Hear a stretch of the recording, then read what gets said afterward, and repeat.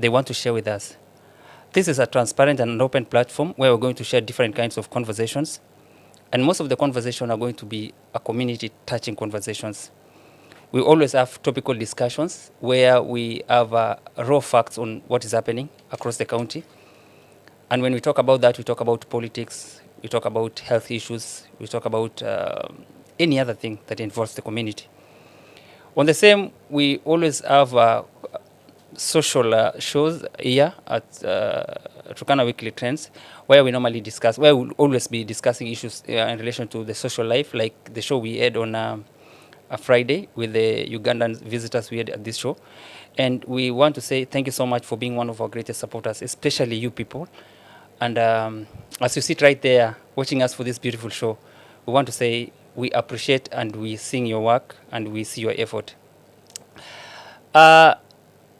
Today, we are so much privileged to have a conversation with a man we've been chasing for quite a while.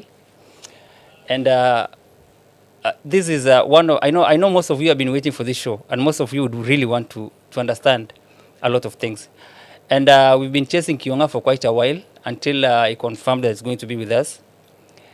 And lucky enough, maybe this might be our last show for this year. Might be, I'm not really sure, because things can change and we can have maybe another discussion. And so we are so much privileged to have a visitor with us today. And in one of the topics that we're going to discuss is about climate change, politics, youth, and governance. I know that's one of the most touching conversation, and that involves the youth mostly.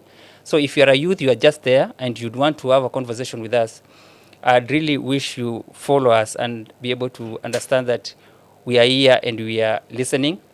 All the questions, I know the guy we have on the studio today is a guy we're going to have a raw fact conversation with him.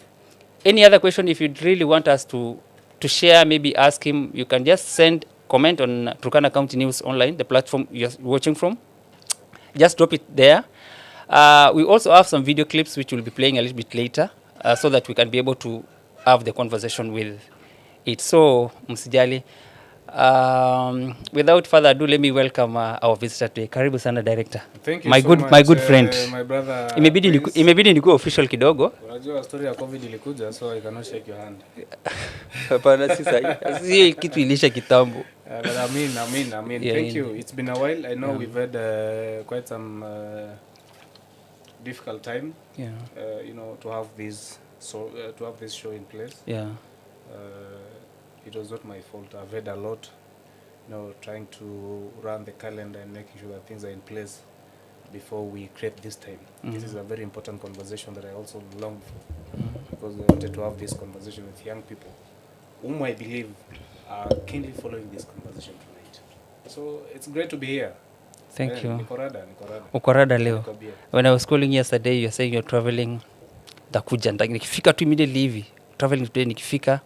We are going to have, and people have been waiting for this show. I had to. And it's a commitment. We have so many issues to tackle, especially right now, involving the youth. Issues to do with the governance at the same time. And we also have issues to do with politics, which is now, I think, speaking in a different way as you watch around. A lot is happening, especially on social media and other platforms.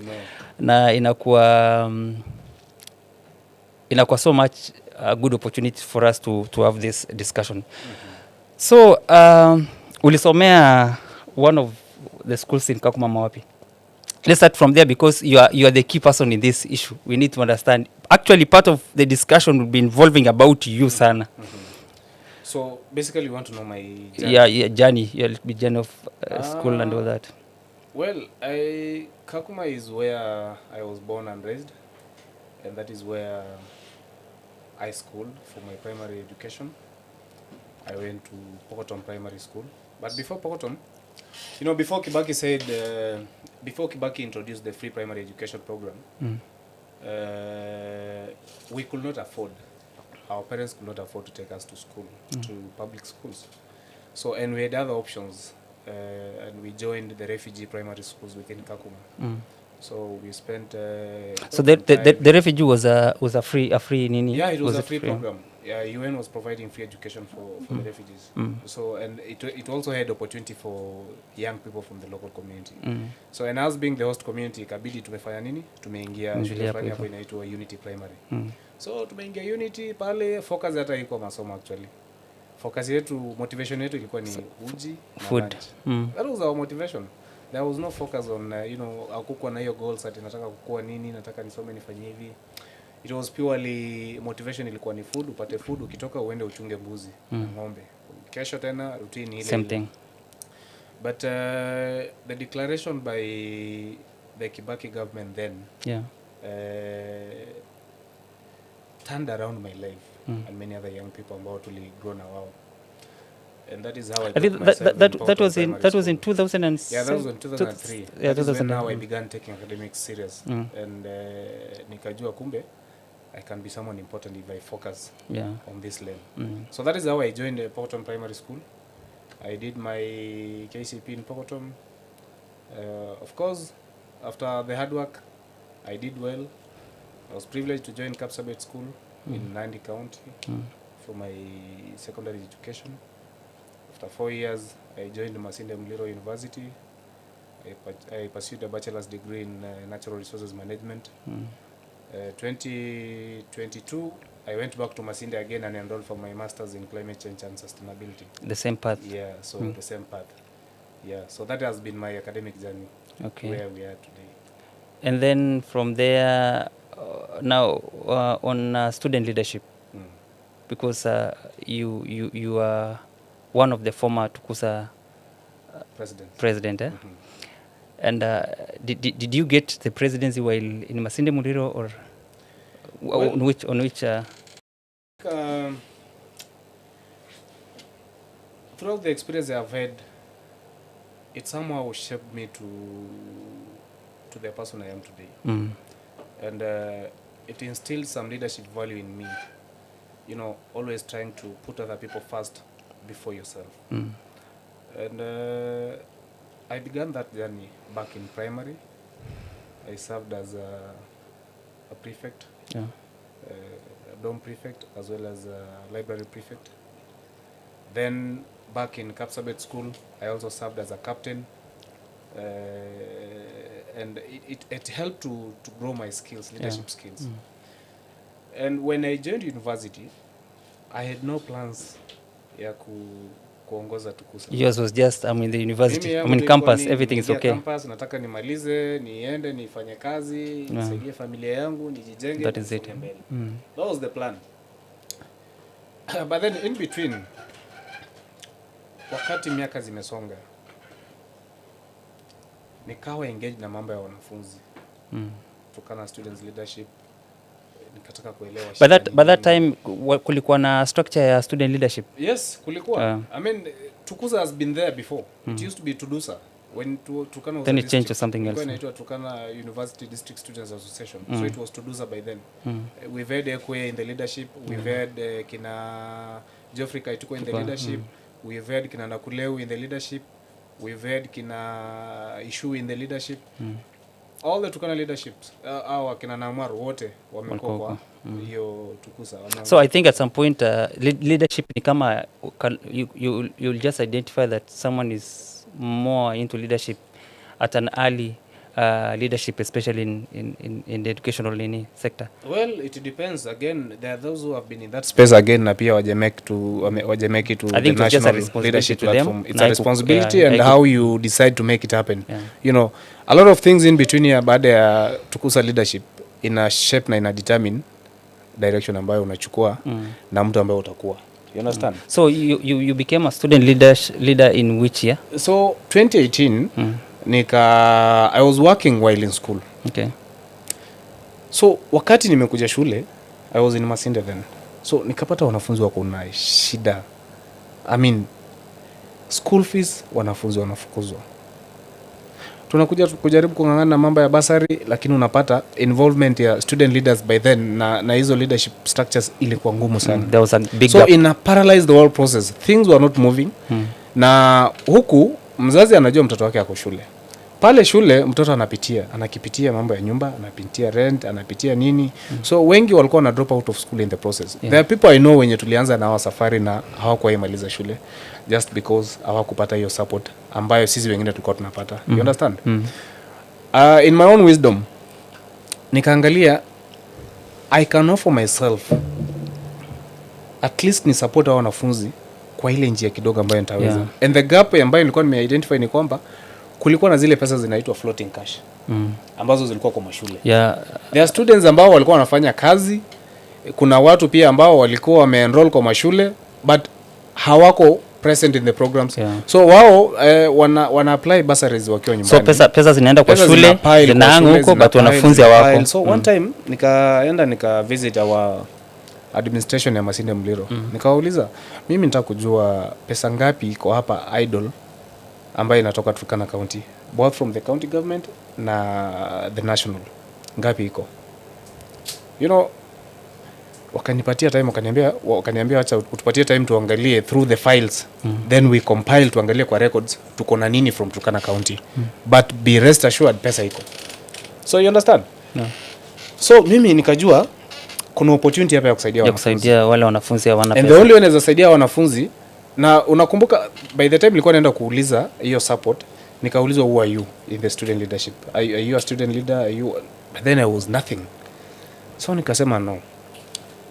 I need to get a space and a platform to support these students by claiming hii pesa ambazo ziko idle ziko hapa. So and that is how I got myself in the student leadership. In fact, race ya Tukusa nilijoin 3 months to election. I was nowhere in the race and initially the idea that you came about the floating cash ilikuwa imeenda through. So kuna watu walikuwa wameanza kufanya campaign, wamefanya nini, hata mimi I was supporting some people and all that.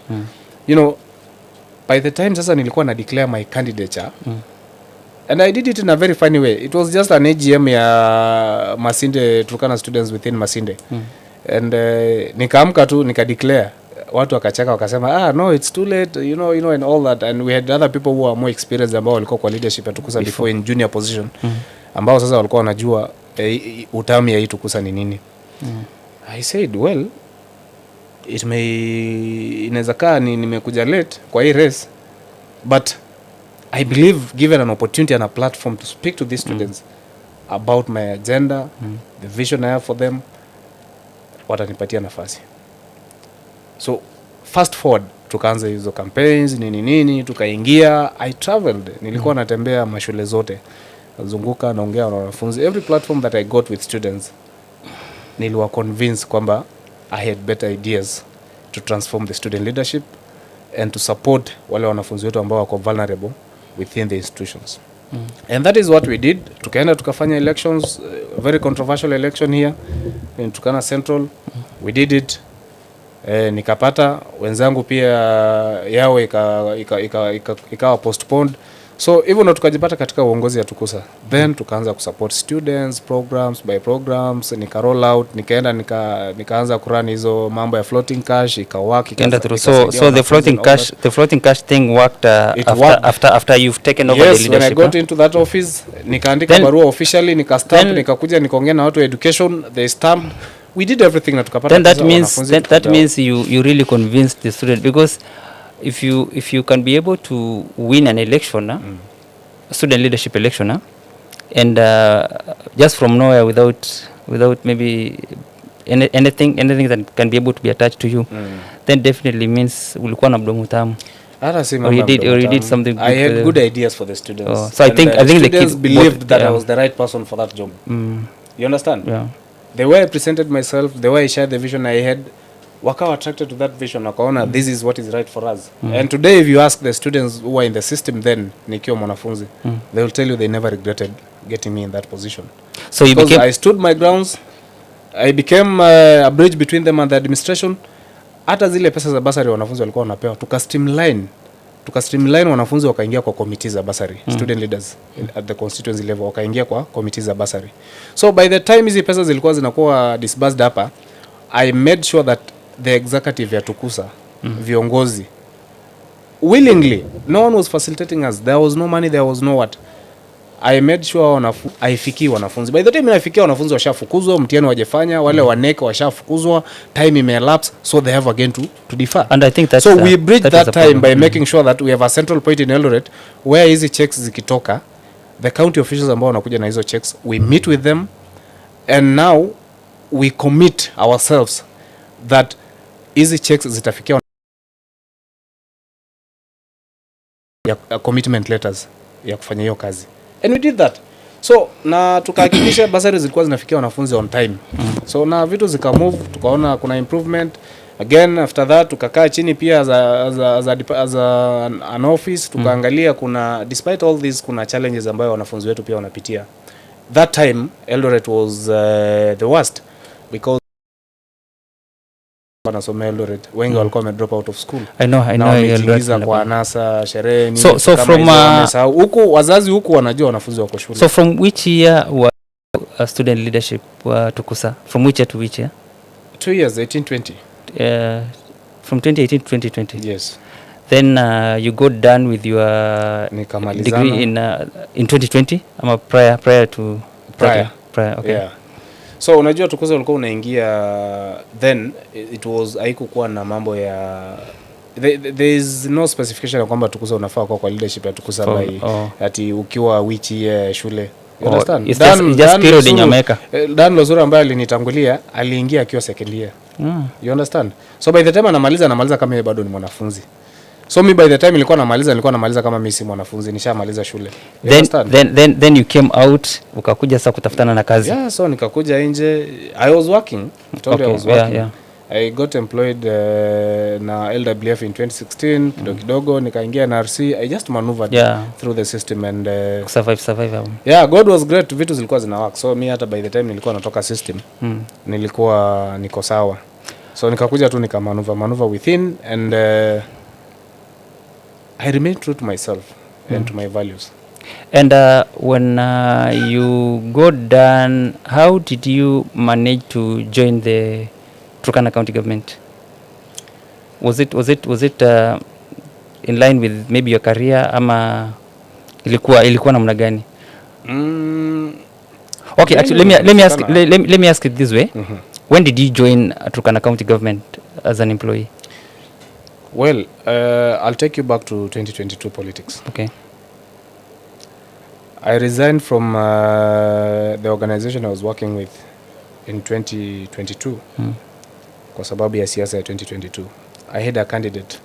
I was supporting Honorable Munyes, the former CS. Yeah, we know. Tunajua ulikuwa mtu wa Munyes sana. Nilikuwa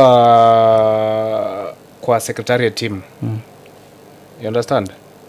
That top management team ambayo ilikuwa ina coin your vision, selling that vision to the people and making sure that all the policies that were in place ziko, zina resonate na what the people want. And because that was ilikuwa inahitaji commitment from me, I had to resign from where I was working with. So nikakuja tukafanya politics, ndio hiyo tukasukuma gurudumu. So mambo yetu haikusonga. As you know, kawaida mkienda mchezo yeyote lazima kuna mshindi. Yeah. So mshindi akapatikana. Wakati mshindi alipatikana, and again I was also a chief agent. So we lost that election nikiwa naona kwa macho yangu. Si ati kama naambiwa. Kama niko kura zinahesabiwa, niko naziangalia na tally. Everything was falling right in front of your eyes. Right in front of my eyes. So nahesabu tu, niko tu mimi pale niko na update mzee, nikumwambia tu hapa kunaenda kubaya. Hapa mambo ya maji hapa nini. So mimi healing process yangu ikaanza kama tunahesabu kura. Yeah. You understand? Because you could see things the way they were. Because nikakubali. Mimi I've always learned to accept things as they are. Unaelewa? And by that time I am a believer that Mungu akona sababu ya kila kitu. And by that time Munyes was against who? Munyes alikuwa anasimama against who? There were candidates. He was not against anyone. Munyes was a candidate, the current governor was a candidate, Lodepe was a candidate, and I think Atol was also a candidate. So there were 4 candidates. So basically you are campaigning against the current governor. Make sure kwamba your team ya Munyes. Well, I was not campaigning against the current governor, but I was campaigning for Munyes. Not really because not really because because if you're campaigning for someone, then definitely you put all your effort into making sure they win. Exactly. And you don't want any other person to win. That is what I did. I gave my best to determine who will win and who will not win. Now let's go on. The candidate I supported didn't make it, so and my healing process began in that room wakati tulikuwa tunahesabu mambo imeenda. In fact mimi mwenyewe nikaongea na mzee. I told mzee, now you see yote ni mipango ya Mungu. And there is nothing suspicious. Governor ameshinda bila kuiba, bila ukora yote, bila kufanya nini. Yeah, because so, you are there. Na mimi naona tu ni heri nenda ukadeclare kwamba you've accepted as the results venye iko and we will support the governor. And that is what Munyes did. He was among the actually he was the first to congratulate governor even before official results itoke. You understand? Yes, I told him, and Munyes is someone who has a clean heart. Pia akakubali akasema mimi, in fact these were his words. Akura mturuko na robo iberian. Mturuko na itia kunete, atia kut. Atamare toku epilo. Kwa hivyo achamade. Those were his words. And early in the morning tukaenda press, akamaliza na tukafunga story hivyo. Umekaa nyuma yake tu. Tukarudi, yes, tukarudi Kakuma, tukaenda tukakaa chini, akatuita akatuambia now akatushukuru akasema asanteni kwa kazi ambayo mmefanya. So mambo imeenda vile imeenda, but ninaamini kwamba Mungu atawafungulia hata nyinyi njia kwa yale mengine ambayo mnatafuta. So county government is not the end of your life. So mjaribu pia kutafutana na vile mtaishi kwa street. Na candidate na huyu governor ambaye ameingia, given an opportunity msupport, is the governor. And I think that's a good way of tuliachana. You understand? Yeah. So venye tuliachana hivyo, mimi naye nikaanza nikachukua 1 week nika reset. So kuheal kwanza vizuri. Healing began kwa room tukihesabu kura. So nika reset. Now baada ya ku reset si ndio hiyo nikaanza ku apply kazi. Nikaanza I think after a week or 2 weeks nikapata kazi na Friends of Turkana as to coordinate a research along the Kenya-Uganda border, between Kenya and Uganda. And I think that is the most important thing. When you have papers, they can at least open ways for you at some point. As much as maybe we can have an additional advantage of having connections, but at the same time, ukikuwa na papers yako, it's a leverage and it can push you further. I agree. So you got the job which year? That is 2022, 2023? Yeah, that was 2022. I think election ilikuwa August, sio? Yeah. So that was now in September already nilikuwa nimepata kazi. Nika reset, I deleted everything in my Facebook, all the memories ya siasa, nini and all that. I was now a clean man. I'm not a politician. I want now to get into the social space, interact with people without any grudges and you know, earn a living out of it. So, and that is how I got in that space. Nikaingia hiyo kazi ya Friends of Turkana. I worked with ICAL, trying to, you know, we were working on a research that was trying to look into the nexus between climate change, peace and security along the Karamoja-Turkana border. So I did that. And after a month or two, I got an opportunity to work with IRC in the livelihood sector. So I worked with the IRC. Hapo yote, so mimi now politics hakuna. And from that day, nilikuwa nimesema mimi I will support ule governor ambayo watu wamemchagua. And that is what I did. Given that your boss, your former boss, who was sasa ambaye ni Munyes by that time, had already accepted the whole thing and then given you the way forward. And unajua one of the most important things that people don't understand is acceptance.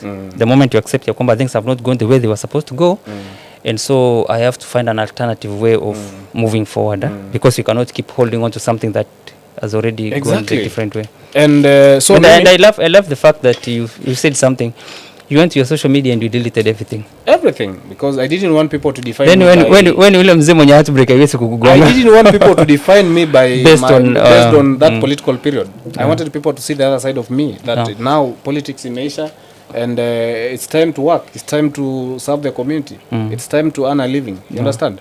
So we got into politics, things ikaenda vile ilienda. Now it was time to restart and redefine a new direction. You get? Yeah. So IRC hivyo after IRC ndio hiyo nikakuja nikajoin county. So Falls, after Falls you went to IRC? I went to IRC. After IRC, that's when. Now I joined county. Now I want to know how you transitioned to the county. Was it, did you most people tend to see you're very close to the governor. And if someone would want to talk to the governor, if they talk to you, they can have access to him, which is a good thing. It's a good thing, especially when you become a portal to people. And congratulations for that. That's the first thing. Did you show interest in supporting the governor before you got the job or after you got the job? Well, that's what I was saying. And just before I get to that, you know, unajua safari wakati mko siasa, a lot of things will be said about someone. Exactly. And if you don't get close to that person, you get to understand this person better, you will buy. Yeah. You get? Do you know, after I got close to Governor Lomorukai, I realized all the things that were said about him during the political period. I'm a little bit interested. Hakuna hata kitu ambaye ningeweza relate nayo. Let me tell you. Niko interested kidogo with something, eh? Uh-huh. What was the first encounter between you and the governor, given that you are campaigning against him? And now I would really wish to know that moment when the first time you're meeting with him, after the whole thing, after he defeated your team. Okay. And I'd really wish to see the conversation that you people had. Sawa. And also the... I'm coming to that. Yeah. I'm coming to that. Now, that happened in Uganda. I had gone to visit kraals in Kobebe Dam in Uganda. The Turkana kraals and the Karamoja kraals ambazo ziko huko na Jie. So I was going to have an interview with the community ambayo wanaishi huko as part of the process ya hiyo research ambayo nilikuwa nafanya. Okay. So it happened, governor was alikuwa amekuja pia Kobebe. You know, he's someone who is so much focused on you know, peace building mission. Yeah, so he had Kobebe, there were issues, administration issues, and as occasioned by difference in policies. You get, our people get into Uganda, policies are Uganda ni tofauti na hii yetu, and people don't, and our people don't understand. Yeah, they know, they don't understand. So governor alikuwa amekuja kuintervene, kusupport, to bridge the gap between our people and the government of Uganda. So it came at a time when I was also in Kobebe doing my own things.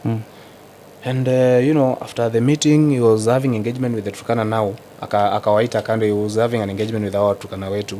Wa huko, asking them, wanapitia yale ambayo wanapitia, what are the challenges, where wanataka ya address nini, wanataka wa support wapi. Those people who are there, is it the Turkana people who are living in the area, or the people who got into a problem and then they got arrested or something? These are our pastoralists. Yeah. Okay, who had crossed the other side. Who had migrated to Uganda. Okay, in search of water and sustenance for the animals.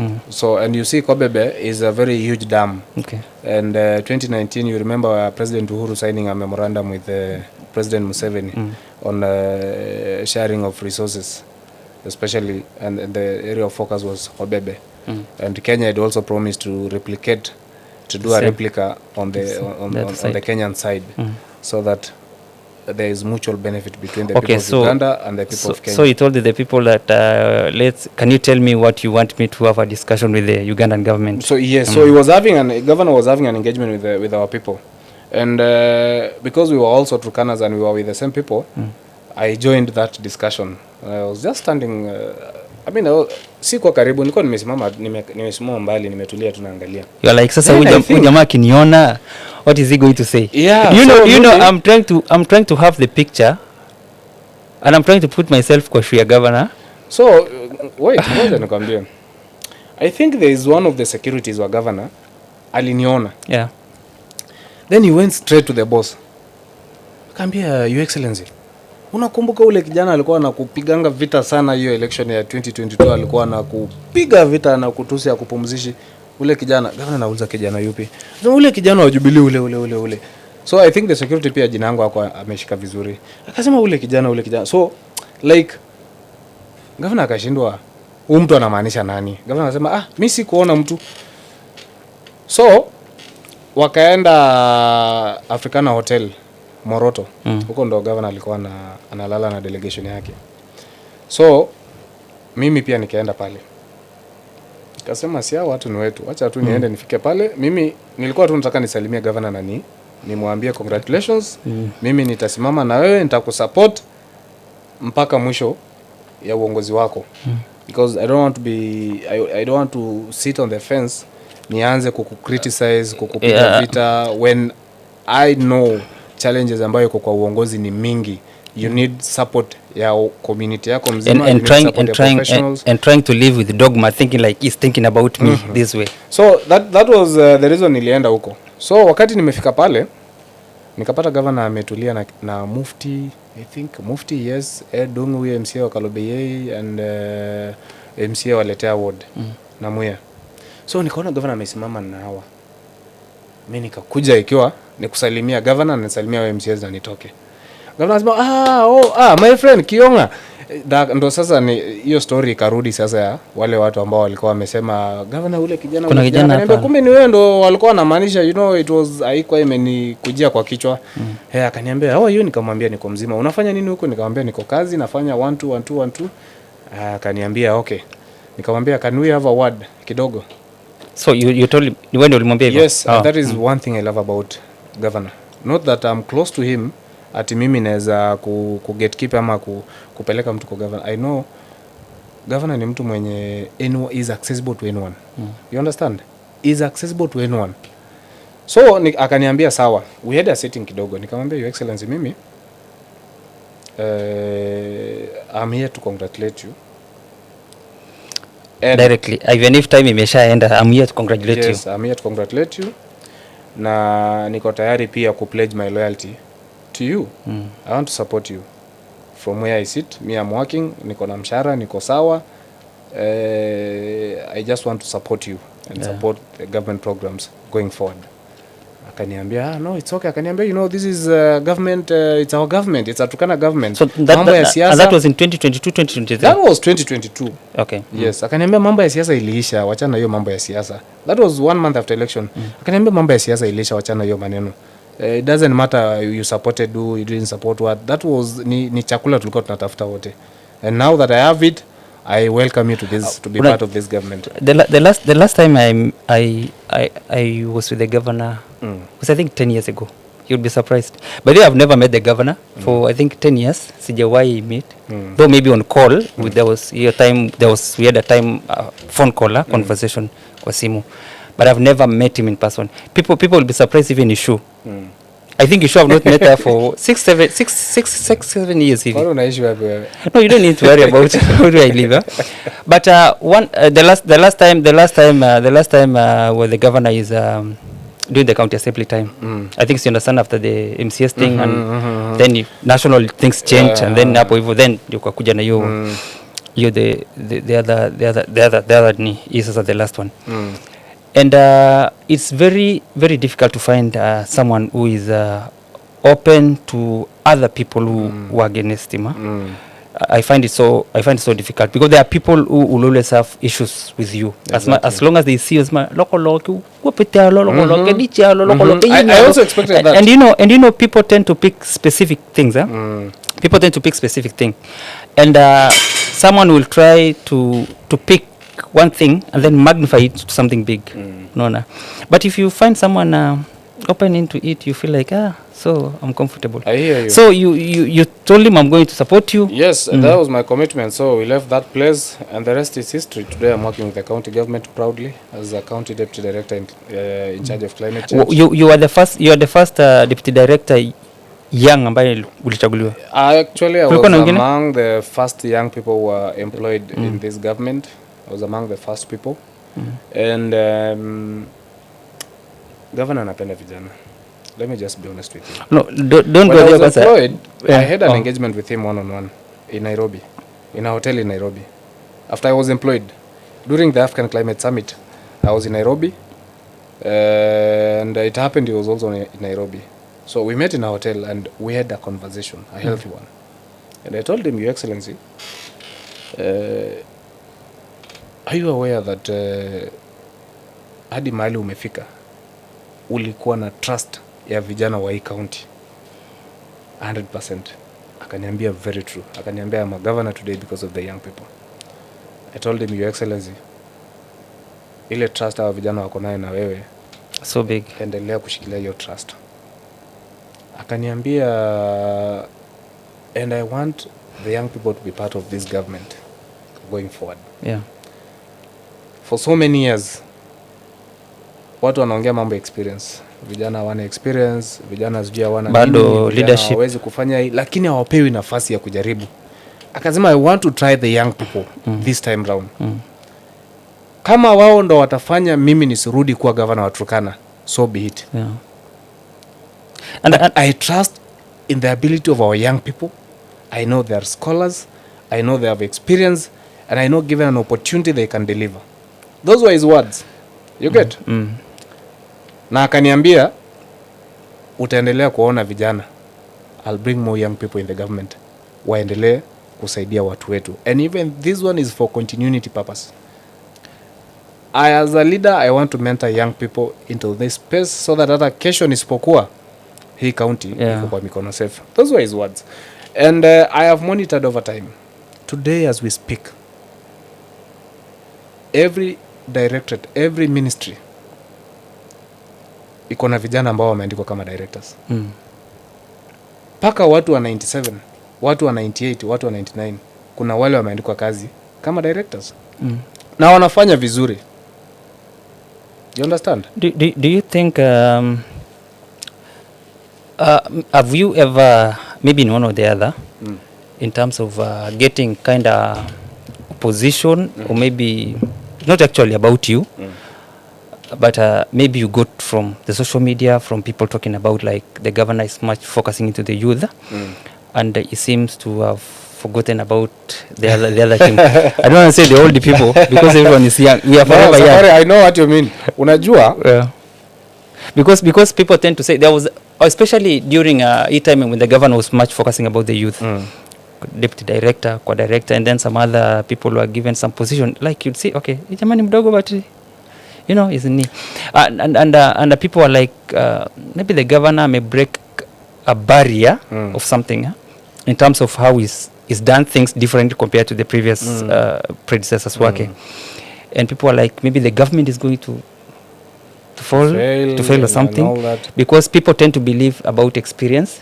They tend to believe about old men having experience more than young people, and at the same time people will try to say like these young people are still bado wako na a lot of things, you know, like, you know, the social, you know they magnify the social aspect of the youth compared to the having more time in terms of the social aspect. I understand. Yeah. And I want to assure you that this is not a war against did you experience such a kind of thing? Did you hear about maybe people complaining about the governor focusing much on the youth? Let me tell you, we have seasoned professionals and we have seasoned politicians in this county who don't believe in the power of young people. You understand? And the moment governor started embracing young people, wakawa very uncomfortable. Wakaanza kuona kwamba no, you know, this is not right. Wanaandika vijana bado wako na time mingi. Time gani? Wakati wa vijana ni sasa. And that is what the governor believes in. You understand? Yeah. And that is why if you look even at the population that supports Governor Lomorukai saizi, wengi ni vijana. Yeah, I've seen it. You get? Yeah. Because his ideas in a resonate na ideas za nini? Ya hawa vijana. And you know, you find it hard because ukiangalia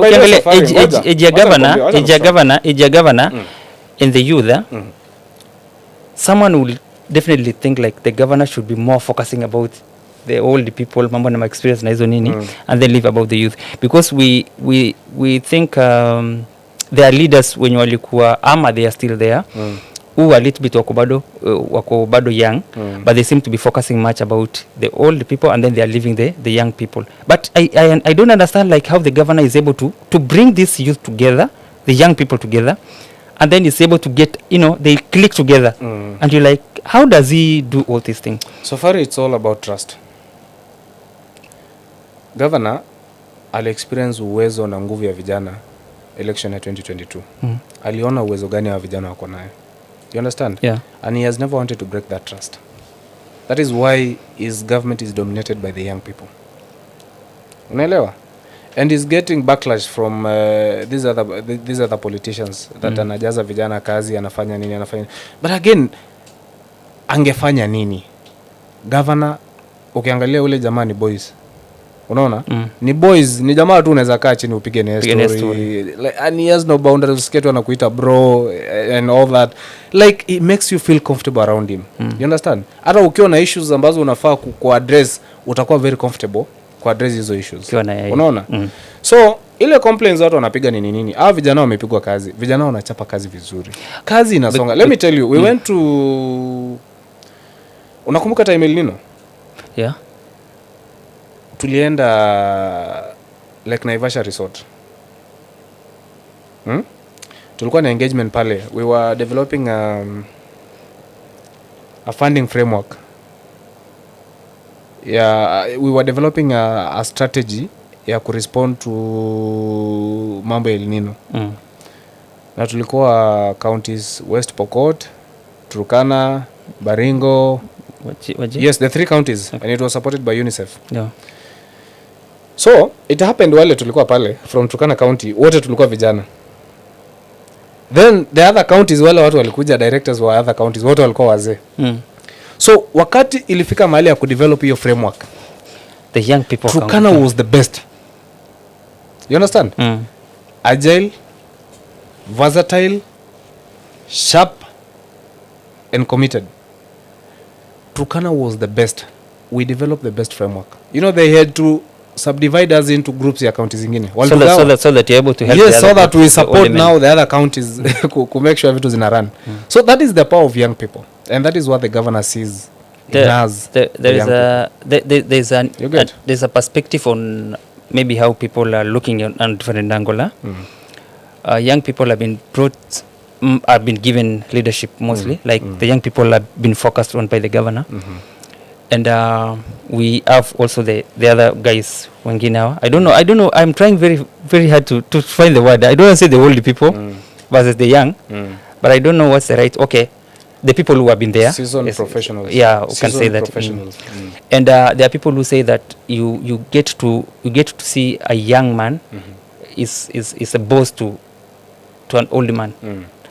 And I think it creates a little bit of I don't know, disrespect or something. Maybe in terms of how people are viewing it, not in terms of the professional way. Because if you go professionally, then definitely we can say in terms of papers, in terms of all that, work on energy and everything. But people tend to say if the governor is much focusing about the youth, unapata kwa position labda anapatiwa, and then an old man or an old lady ako chini yake, amekuwa hapo for quite a while.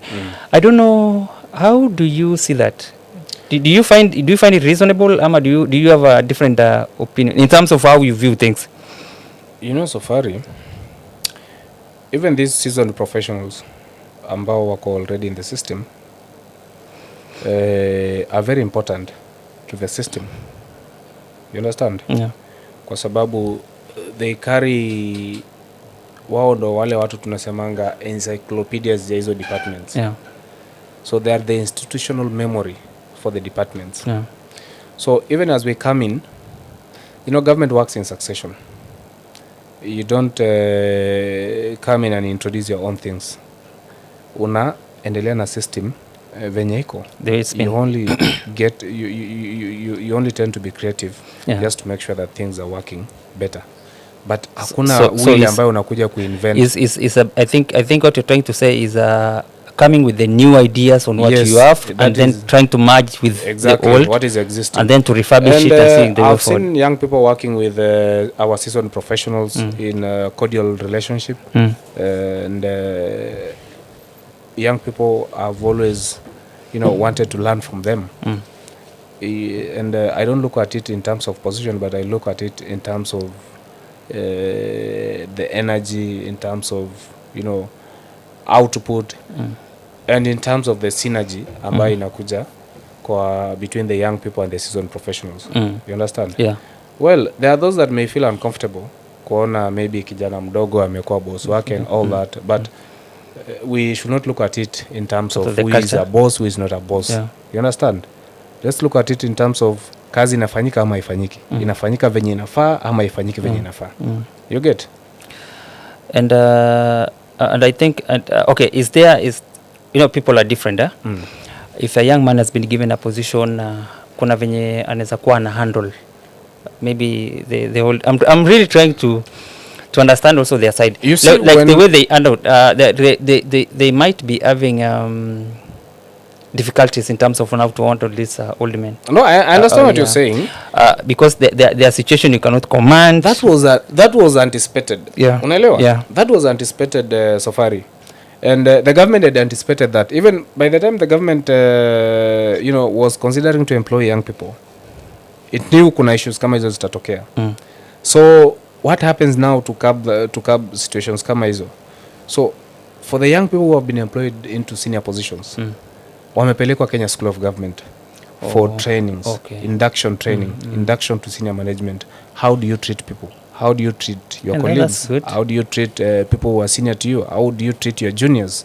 You understand? How can you make that service better? How do you respond to the political class? How do you handle issues that arise in your work environment and all that? How do you dress on normal days? You understand? Yeah. So they are taken to Kenya School of Government for grooming. So by the time wanatoka Kenya School of Government, they already know what is expected of them. To do. So and that has helped reduce the friction between the young people and so in short it's about sharing ideas, agreeing on what the way forward, having a discussion, and I think that's okay. And it takes someone. There's this musician anaitwa Common alimba na Common na John Leden. There's a part he says it takes the wisdom of elders and young people's energy. No, like we need the wisdom of elders and the young people's energy to be able to move the country forward. You have to blend the two for things to work. And I love the idea that the governor is having, like in terms of engaging the young men, because these are the people who are sharp. We have the AI saizi and a lot of things. So kitambo mzee anze kusoma AI speak. Vijana wanachapa kazi bro. Vijana wanasukuma gurudumu vibaya sana. If you look at our performance as a county, we are doing well, bro. Did you expect to be given did you expect to get that job where you are, the expectation was a little bit lower or higher in terms of that position? Well, that's what I wanted. I was not given. I applied. I went through a very competitive interview, and I made it through that process. So we can so this is your first job when you umefanya in line with your career in terms of like chenye umesomea? Not really. The jobs I've been doing all through. Zote ziko in line na kitu nilisomea. Okay. Yes. Okay, so we going deeper into politics, and there are also people who seem to have been sidelined because you are in Yes Camp. Alafu you decided to support the governor and be able to be with him. And then there are people also who supported the governor. And it seems like they have been sidelined. And they seem to be forgotten, wamekuwa sidelined, and maybe they tend to say the governor is focusing much onto the new people wale ma opposition wenye walikuwa wanapiga vita compared na ule mwenye alikuwa anamsupport. I don't know. Do you what do you have to say about that? Well, because okay, let me just go straight because I'm really trying to nini. A good example is Lotum. Let me go direct to the point. A good example is Lotuma. Lotum supported the governor during your campaign yake period. And kuna zile maslogan alikuwa anatoa and everything. And I've seen him, so the expectation of people, not really the expectation of we don't know his expectation, but the expectation of people is now the reward. Of course, after you do something, there's always a reward. Hata kama uwezi kuwa mahali fulani, there's just a way like you can hang here, just close to me. I get you. I get you. And that thing has steered a conversation on social media for a while. I think for some time I've been observing it, kuiangalia, and I don't know why. Because if someone was close to me, who's been supporting me, then definitely I'll always put them on the list. So far, looking at the person of Lomorkai, the governor, is someone who believes in a united front. To him, siasa iliisha, kampeni iliisha. Ni kazi na ni utumishi kwa wote. Kama slogan ya askari ya jeshi. Unaelewa? Yeah. He wants to serve everyone. He doesn't want to look at it like huyu alikuwa ODM, huyu alikuwa UDA, huyu alikuwa Jubilee. Yeye ameshachaguliwa, ni governor wa Turkana. Party zimeisha, ni wakati wa kuunganisha Turkana, ni wakati wa kuleta watu pamoja, ni wakati wa kusaidia vijana wote. You understand? Yeah. And because is a human, na pia ako na ile human feeling ya kwamba kweli hii chakula nilitafuta na nani, so ni wakati wa kugawa hii chakula, lazima kila mtu pia apate share yake ambaye anaweza. Unaelewa? Yeah. So he did that. Kwa hawa vijana ambao nimekuambia wameandikwa directors, wengi wao walikuwa na support governor, walikuwa ni vijana wa UDA, wa ODM. Ndani kuna vijana wa UDA, ndani kuna vijana walikuwa na support Jubilee, ndani kuna vijana walikuwa na support Wiper, ndani kuna vijana walikuwa na support these are the chamas, Roots Party. Wote waliandikwa kazi. You understand? Na Lotum did a great job. Kweli alipigana vita kama mwanaume na kama jeshi. You understand? Yeah. And wakati governor alipata kazi, Lotum was among the first people who were employed. Just a minute. That's a disclaimer. So that's opinion yenye anashare na mimi. No, ni ukweli. If I was I'm playing with the disclaimer of Turkana County News Online. Yeah. I'm just being realistic. So wakati governor alishinda kura, among the first people who were employed ilikuwa ni ndugu yangu Dominic. You understand? Not that alipatiwa kazi ya director ama alipatiwa nini, but he has a position in the liaison office in Nairobi. So that was the first job alikuwa amepatiwa. So that was the first job alipatiwa. Si ati alikuwa amepatiwa. The first job yenye anafanya mpaka saizi. You mean Lotum is working? Yes, Lotum is a staff of the county government of Turkana. He's working. He's in the liaison office ya Nairobi. I didn't know that. And the disgruntlement ambayo imetokea saizi ni ile tu, of course there were prior agreements and all that kwamba anzie hapa, as you graduate, as you get experience, as you gain experience, I'll get you something better that is consummate to the effort ambayo uliweka kwa hii siasa. You understand? So and ikawa hivyo. I think Lotum has been patient, akasoma akamaliza shule pia ambayo alikuwa ameambiwa maliza nini. So ikafika mahali alikuwa anatafuta opportunity ambayo pia alikuwa na feel kwamba alikuwa na qualify and he really wanted that position to support the governor in delivering the 9-point agenda. So kukawa na interviews ikafanyika nini and all that, and I think another young man akapatiwa hiyo nafasi. Of course wote walikuwa deserving, wote walikuwa qualified, and so in his own wisdom governor akaambia Lotum, niko na nafasi yako. I still have your promise. Sija kusahau, but wacha nipange venye nimekusudia. You understand? Yeah. So that opportunity was the information the governor was planning to I'm coming to that. To fix nini, was it something maybe you discussed with the governor ama yes. Ama were you part of the whole team as they were discussing? Yes, and I'm coming to that. So governor ikawa ni kwamba hii kazi Dominic, hata usipopata, I still have another opportunity for you, and kama tu hiyo ya director uko na nafasi, just relax, vumilia. It's not that hauna kitu, nilishakupatia kazi kidogo, unapata mshahara, you're okay and all that. This was a round table discussion. Tumekaa chini kwa meza. So akamwambia, if you don't get that opportunity, you will get another better opportunity still in this government before tuingie siasa. So wewe tulia, wachia mimi nafasi nipange serikali. You understand? Yeah. So that is how things were. And even after interviews, after hiyo kazi kupeanwa, of course it was given to another competent young person who is also competent and deserving. Akapatiwa hiyo nafasi after stellar performance in the interview. So I met the governor in Nairobi. after hiyo nafasi kupeanwa, Yeah. I was with Ali Michael. And I remember at that time I even called you. You remember you speaking to the governor? Yeah. I called you, sindio? Yeah.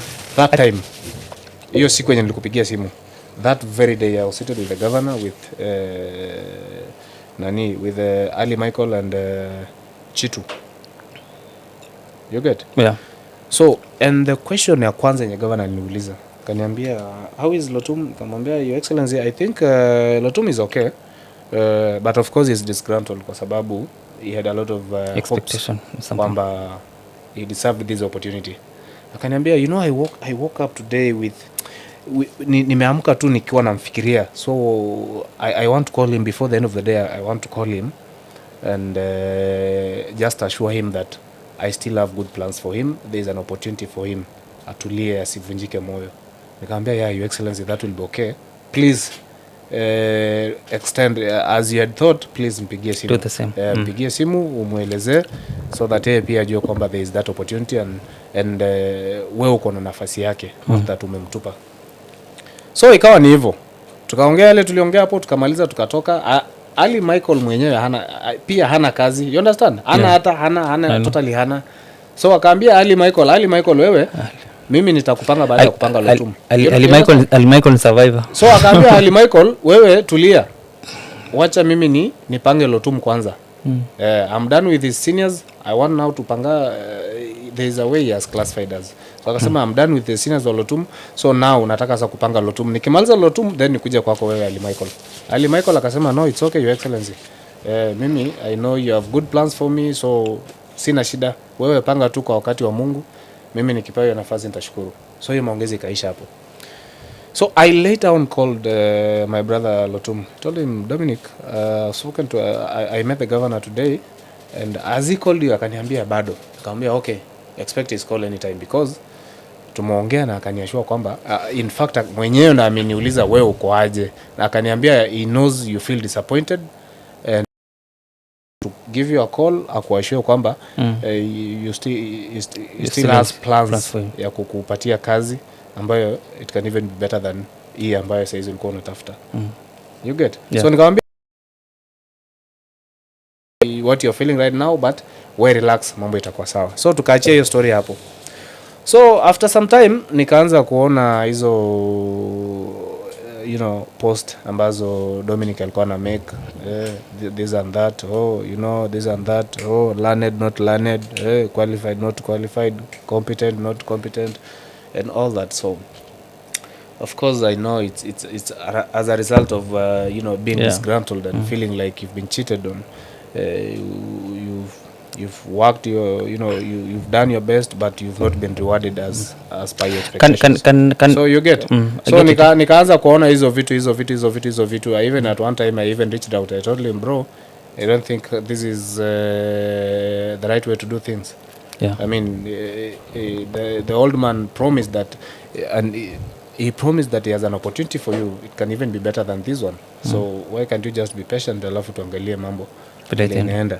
So I think tu na mambo mingi ya siasa katikati hapo, mambo ikawa mingi, can it maybe be some other external pressures. I'm trying to think a little bit wider kidogo, because now you're telling me kuhusiana na the discussions that people had with the governor and the plans that the governor had for him. Can it be there might be other discussions that were made somewhere else, maybe in private, and maybe he might have overheard the conversation? Because I'm trying to imagine if the governor calls me and maybe we go into an agreement and he tells me you have to be patient enough, I'm working on something, I'll be quiet, maybe I'll wait. But looking at the way things are unfolding, I am looking at it, it's a projection of something that I don't know if it's only work related issues, the promises ya kazi, ama there might be something bigger than that. Okay, that's the way I see it. Yeah. So well, because some of the people, and just have to be honest with you, some of the people who are friend of the governor, very good friends of the governor, and we were discussing with them, and they were like, oh no, that the Lotum has a valid reason as to why is feeling dissatisfied. Yeah. So and And I'm trying to imagine that, can there be something else apart from only that? Because looking at it, ni kitu kidogo sana. That's something so small compared to the way things are moving right now. You know, I don't want to get into debates of preempting, you know, preemptions and imagining things that are unimaginary. I mean, what other contest can be there between Lotumo and the governor? He's not been rewarded, as maybe they had a pact prior to the 2022 elections, of which even the governor himself alikuwa ameonyesha angekuwa chief officer. Ni ile by the time the government was being formed hakuwa amegraduate. Umeelewa? Yeah. So the only opportunity ambayo ingemweza at that time as a good friend ni hiyo yenye the right place. Governor alikuwa anajua aje sort Lotumo ajempanga vile inafaa. And he had that in his plans. You understand? Yeah. So I also understand and feel Dominic, because as a human na saizi pressure, the economical pressure and all that, na mambo mingi siasa, other external pressures, it can get you to that to such a place. And he was so hard and on his criticism. You know, Safari, there is a way I expect you to reason, and there's a way I expect you to understand me and even things ambazo zinanikumba. Unaelewa? And it has always been said that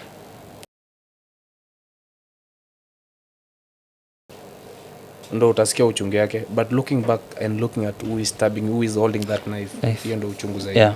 You get? Yeah. So hiyo mambo ingine mimi sijajua. I tend to believe. Okay, governor, the last time I spoke to the governor, yeah, he still has a place for Lotumo. In his plans. Is there a way, like now that you are close to the governor mostly, and is there a way you guys can be able to fix these things so that nothing is, because if someone can be able to stand with you during the political time when things are very hard, and I look at it like, is there a way like you guys can just be able to, so far in our circle, you understand, we meet, we discuss, we have no issue, nothing personal and all that. That's why you've never seen us writing anything, posting anything against him on Facebook media, because to some extent we feel like it's right to feel the way he's feeling. You understand, and nothing is lost, only that I just want to urge him that you know, asiende overboard sana. He should not make this, he should not you know, break all the bridges. Awache tu mahali kidogo, mahali ambapo tunaweza repair. We sit down and we go back to the drawing board. At times be another strategy ya pia ku make sure vitu zinapatikana na mambo inasonga vile inafaa. So nothing is lost, and the governor is not si mtu wa vengeance, because I tend to believe kama angekuwa mtu wa vengeance, sisi hata wengine tungeipata nafasi ya kufanya. Now let's talk about more damage than the damage Lotumo is doing now. Do you know, unajua? So governor si mtu wa kubeba watu kwa roho, ama mtu wa kukoa na issues. Ni mtu mwenye anaelewa, hata yeye anaelewa saizi situation ya Dominic. Yeah, so I was trying even, Lotumo as his son akirudi saizi aseme, your excellency, you know, I felt cheated on, I felt you know, I was disappointed by how things were done. When last did you talk to governor will still atamrudisha bado na watakaa chini waongee na mambo itasonga. Kionga, when last did you talk to Lotumo? I think when was that? Ni juzi tu when I was in Nairobi. 1 week, 2 weeks, 1 month? No, maybe it was last Saturday. It's a week we were in a fundraising in Turkana. What was the nature of your conversation like? Was it a social thing or was it related to the same thing? Social, but again I was also throwing jabs on the same thing. Yes, I told him, my brother, there's an opportunity for you in this government, so mimi sitaki uendelee vile unaendelea hivyo. You've spoken, tumekusikia, it's true, it's right to feel how you're feeling. We understand, and we just want you to restrain yourself, kaa chini, kuja tuongee, then we see how we can approach this issue, how we can make it even better, because yeah, I was to call him, but He's a brilliant young man. Nimeambiwa is something that is enough for Dominic. Yeah, that's why I wanted us to move away from that. Now, as much as people would want to meet the governor, wanasema kwamba it's becoming very hard for governor to be accessed. Mtu kitambua mpate inakuwa ngumu sana. Which people who are saying this? It's not about which people, and I can't give you the people who have been complaining. You have to tell us how accessible governor is to his people. Very accessible. In fact, let me tell you, Safari, you go to these other places, wananchi, they don't even huwa waingi kwa boma ya governor. The interaction inafanyikia kwa ofisi inaishia hapo. But now this guy, watu wanaishi kwake 24/7. Hata saizi uende kwa gate, utafunguliwa tu. They will allow you uingie ndani. Na akitoka huwa anapata nafasi ya kuongea na hao watu wote wenyewe wako hapo nje. People get into his compound with no appointment. Can you say hao watu wenyewe wanasema it's hard to access him, maybe they are not patient because pia ukienda pale upate watu wako wengi and you want to be prioritized. I mean, it doesn't make any sense. What are some of you've been here before and you know how the previous government imekuwa ikifanya kitu na not go done and then you enter. Can you be has actually done? Unasema kwamba they have pushed this to this level and we have fixed this and this and all that, especially when you talk in terms of employment. Alafu twende kwa community issues when you talk about. So I'm giving you a chance to explain to us because there are people who would want to know, and there is this word enye watu wanatumia ati the governor tend to dish money to people more than the development. I think you've seen it on social media and they're saying all that. So I don't know how you're able to respond to that. You know, mambo ya kugawa pesa, najua tumezaliwa sisi watu tofauti tofauti na mioyo tofauti tofauti na matendo tofauti tofauti. You understand? Yeah. There are people ambao wana feel fulfilled when they share the little they have with others. But there are people ambao walizaliwa kwa shida and they feel like when they get resources, wacha wamalize generational problem. Let them invest, let them do this and do that, personal development and all that, just to kill the generational problem. Ndo iokoe hata generation ambazo zinamfuata na nyuma. But kuna watu wenye ile kidogo wako nayo wana feel fulfilled wakati wanashare na watu. Yeah. And one of the people ni huyo governor wetu wa saizi. Because kuna amejenga hoteli mahali. Kuna hoteli umesikia? Not that I know. Haya, kuna petrol station unasikia kuna mahali. Kuna any investment umesikia ameweka mahali, ameweka pesa yake mahali. And he's getting good money as a governor. He has a good budget in his office. He has good allowance. He has good salary. Na hakuna kitu kama hiyo hata moja yenye amefanya. You understand? Then ask yourself, hizi pesa basi zote ambazo anapata zinaenda wapi? This is the money ambayo anashare na wananchi. Anashare na watu. And I was even joking with someone telling them, you know, governor wangu by the time anamaliza is 2 terms in office, atatoka tu kama vile alikuja. Because all he has ni issues za watu tu, issues za Turkana. Whatever he gets, anashare na Turkana. Hakuna plan ya investment. Nimeaika chini yani kasikia anasema akona plan anataka kufanya kitu fulani.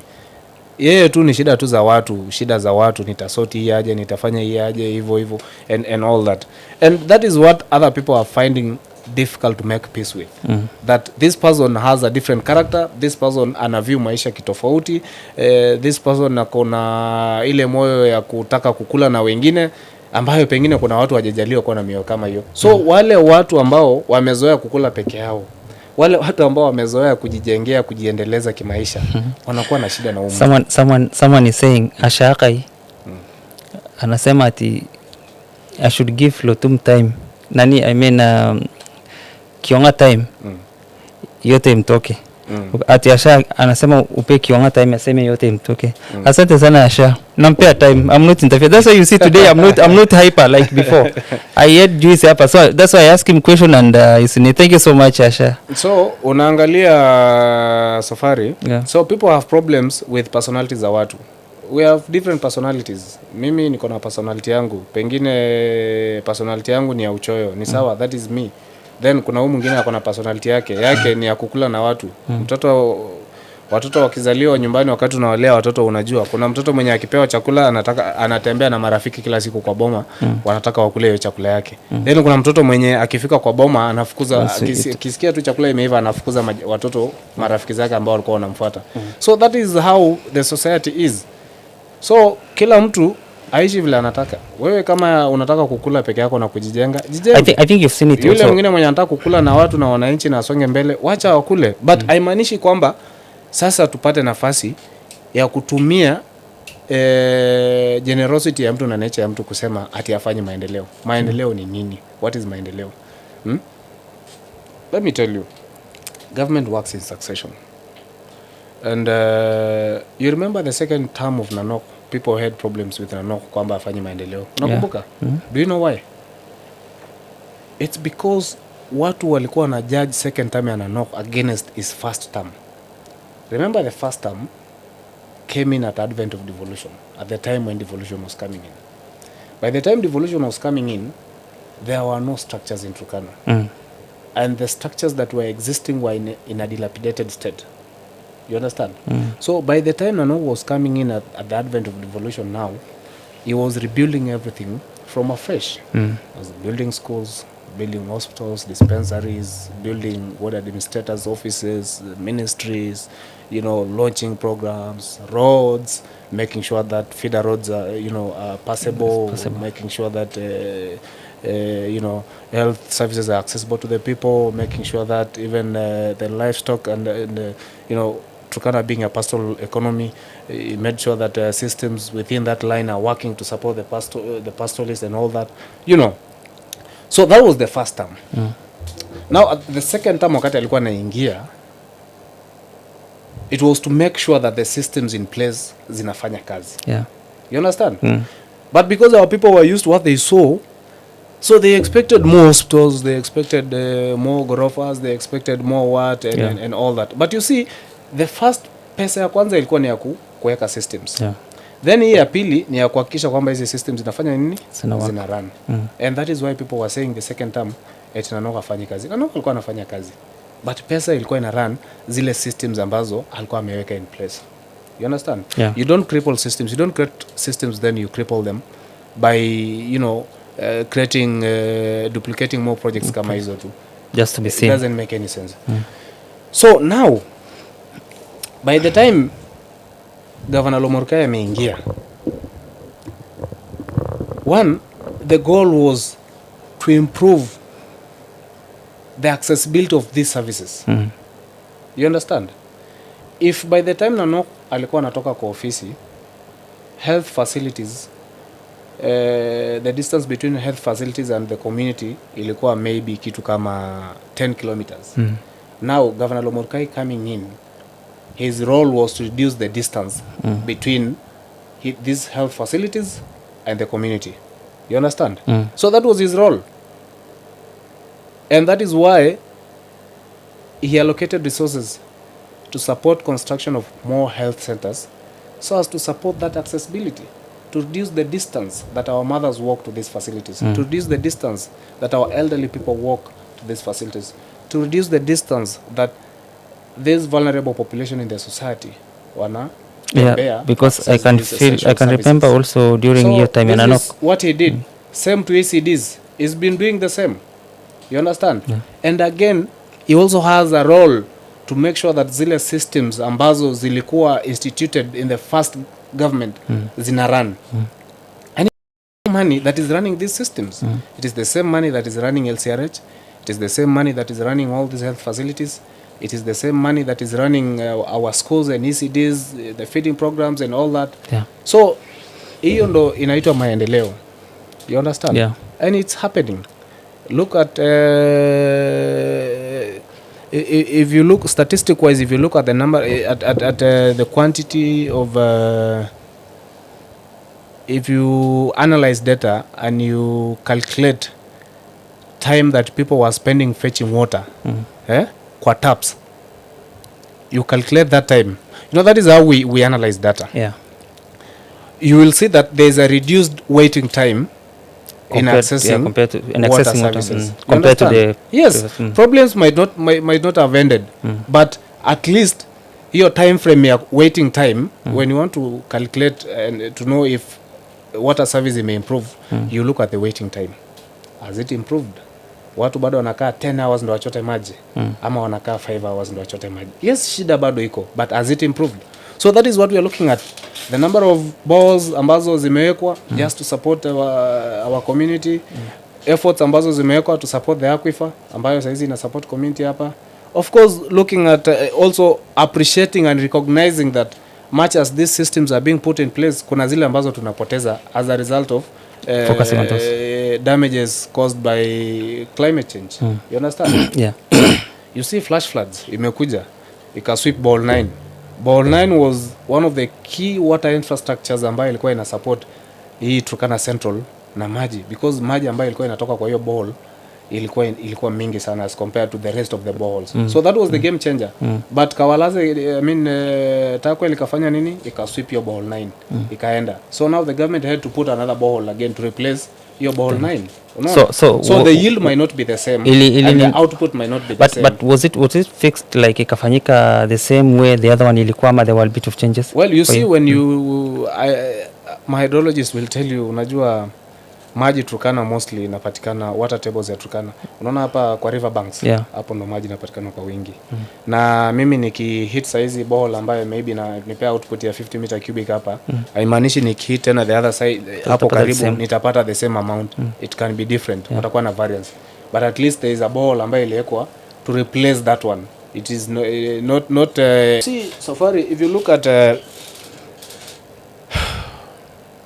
at the budget financial year 24-25, water alone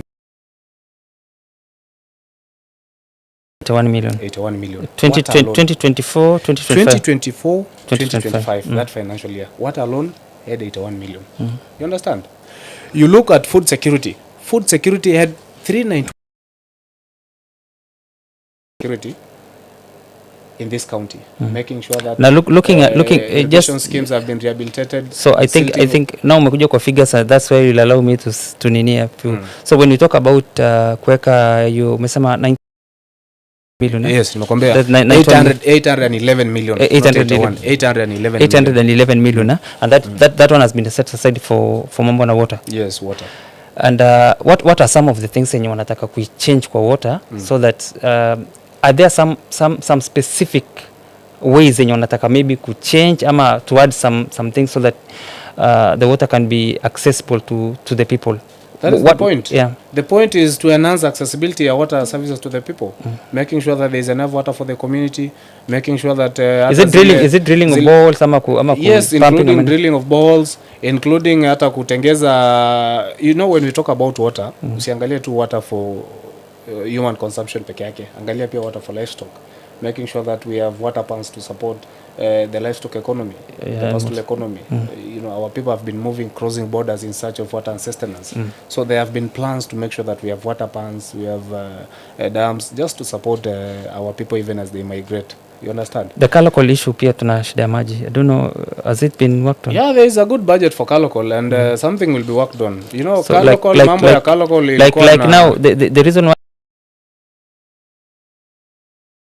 maji, my question is now that the county government has allocated 801 million, like you said, 811 million, I'll not forget 811 million. Nini, why don't the county government be able to respond to places like Kalokol, where people are really going through a lot, and like other places, at least malpenye kuna watu wanaweza pata maji? But that is what they are doing. They have a good budget. If you look at allocated for Kalokol peke yake, wamewekewa pesa mzuri, and they are working on making sure that there is you know, enough potable water for the people wa Kalokol.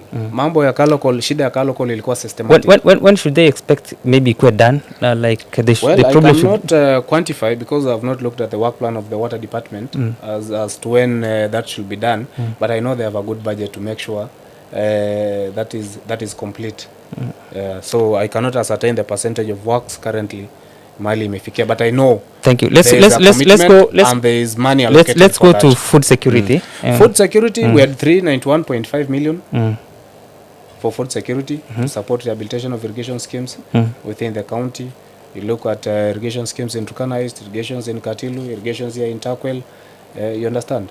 So just to make sure that there is enough production for people, even as we strive, even as we struggle during drought seasons, relief services and all that, at least there are sustainable measures that we're putting in place to support the resilience building of our community. And you look at peace building, of course, we've had issues across the borders. You look at Turkana County. Yeah, being surrounded by 3 countries poses a great risk to the people of Turkana. And do you guys like mnajaribu kuweka, is it something that the county government is focusing, let's say kama ni mambo ya irrigation or farming specifically, so the county government is focusing on large scale hiyo mambo ya farming as an independent, ama do the county government support the local people who are also doing farming in their own space? I don't know maybe which one is the government focusing on. Food security. Well, it depends with the kind of support that you want to understand, but you see, government is doing this even in partnership with the development partners. You've had our farmers being capacity built, being trained on climate smart practices, agriculture. You've seen our farmers being provided with incentives to develop farms and all that. So all these, and even the silting of these dams and rehabilitation of these irrigation schemes, bado ni ya support these individual farmers. You understand? We have farmers associations, we have farmer circles. And now when we talk about farming pia, why don't because people have different economic activity in Turkana. I think you know that. Like if you go to Kalokol, people are doing more farming. If you go to Turkana North, I don't know wanafanya nini. I think more pastoralist businesses. No, there is an irrigation scheme in Turkana. Yeah, I think specific. If you go to Katilu, ni mambo na farming. Yes. If you go to Murulem, the same thing. Why don't we have a way of identifying the economic activity of a place? And then you can be able to support, why don't the county government be able to identify the economic activity of a particular place, and then they can be able to be build capacity build, so that they, for example, if you go to places kama, let's talk about the mambo na farming, like you said, there are people in Katilu, we go to Murulem, hiyo place yenye wanafanya hiyo mambo ya farming. We identify these people. When you identify these people, you're able to know what do they need. Wanahitaji nini? Wanahitaji mambo na farming equipments, wanahitaji mambo na seedlings, wanahitaji whatever thing they need. Then the county government is able to support them wakiwa hivyo. If you go to places like Kalokol, they identify kwamba what do these people really need. So you are able to give when you give the input, you are able to understand ya kwamba the output is going to be a little bit bigger. Same thing to other places. Safari. That is exactly what the government is doing. Talk of Oropoi. Oropoi has a very huge potential in terms of apiary farming, beekeeping, bee production, honey production. And farmers in Oropoi are being supported. You know, there is a good budget that has been allocated for farmers in Oropoi to support the apiary farming. You understand? People in Kalokol, it's not a rocket science to know that these are fisher for communities. That is what they do for livelihoods. It's fishing. It's not a rocket science to you, to me, or even to the government. So you've seen a lot of focus and efforts have been channeled to these people to support fishing as a means of livelihood. People have been provided with nets, fishing gears, BMUs have been capacity built with boats, including even glass fiber boats. You've seen these people being trained. You've seen these people being provided with motor engines, motorized boats. I get it. You've seen these people being supported with construction of cold chain facilities to support, just to minimize the post-harvest loss and all that. So it's been happening, and people are being supported based on what they do for livelihoods. You go to some parts of Turkana West, pastoralists are being supported in along the pastoral economy along that line. So that is what we are doing. You go to Moruedo in Kalokol. People in Moruedo is in Turkana Central. in Kalokol. But you see, looking at what those people do, those people are pastoralists. So the government now is supporting in receding in receding pasture along that place, just to support the pastoral economy. So our priorities are based on what our people are doing and what they are traditionally meant to do. So that is what the government is focusing on. Thank you so much, ladies and gentlemen. This is Turkana County News Online. Na kama kawaida, this is weekly trends podcast. You guys were saying I should not interfere because I'm seeing kwa messages napata hapa, they're saying give Nani time.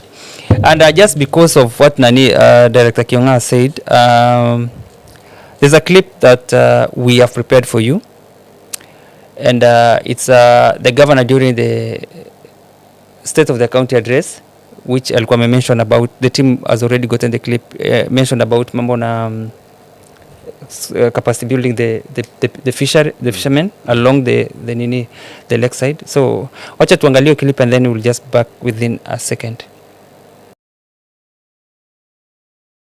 Disrupt livelihoods across the world, and Turkana is no exception. In line with the national government's greening agenda, which seeks to plant 15 billion trees by 2032. My administration has secured 4.8 acres of land in Kanamkemer for tree growing activities. The land will also be used for recreational activities. So far, the county has planted over 3 million trees as part of our climate. 8 fiberglass boats with complete fishing gear valued at 140 million Kenya shillings to communities in Lobolo, Napeget, Lokipetot, and Moruangwari.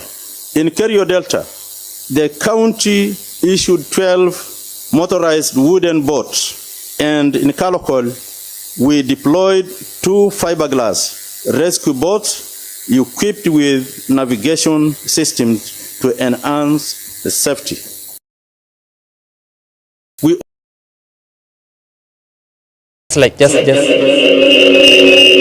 sorry. So just like we've heard what the governor has said, more emphasis has been wameangalia in terms of mambo na fishermen na hiyo nini, and I think the same thing should also be applied on the other side in terms of kama mambo na farming. You see, when a lot of effort is put into something, the expectation of the outcome must be something that is tangible. The problem that people have is not about the government allocating money. In fact, when the information about the county government allocating money kwa mambo na fishermen and fishing nini, it was a good idea. But the issue is about now the outcome, the tangible outcome of what happens is the issue. Can we be able to have an outcome when nakuja in a clear way, where people can be able to see and even have an evidence, and then it's workable and it brings change? That is the issue that I would want you to clarify, because we want tangible things that can be able to, when the governor says I have allocated money, yeah, of course, but now can we have the tangible thing that people can be able to see now, wasema kwamba change has happened, because people tend to believe in change when they see than when they only hear.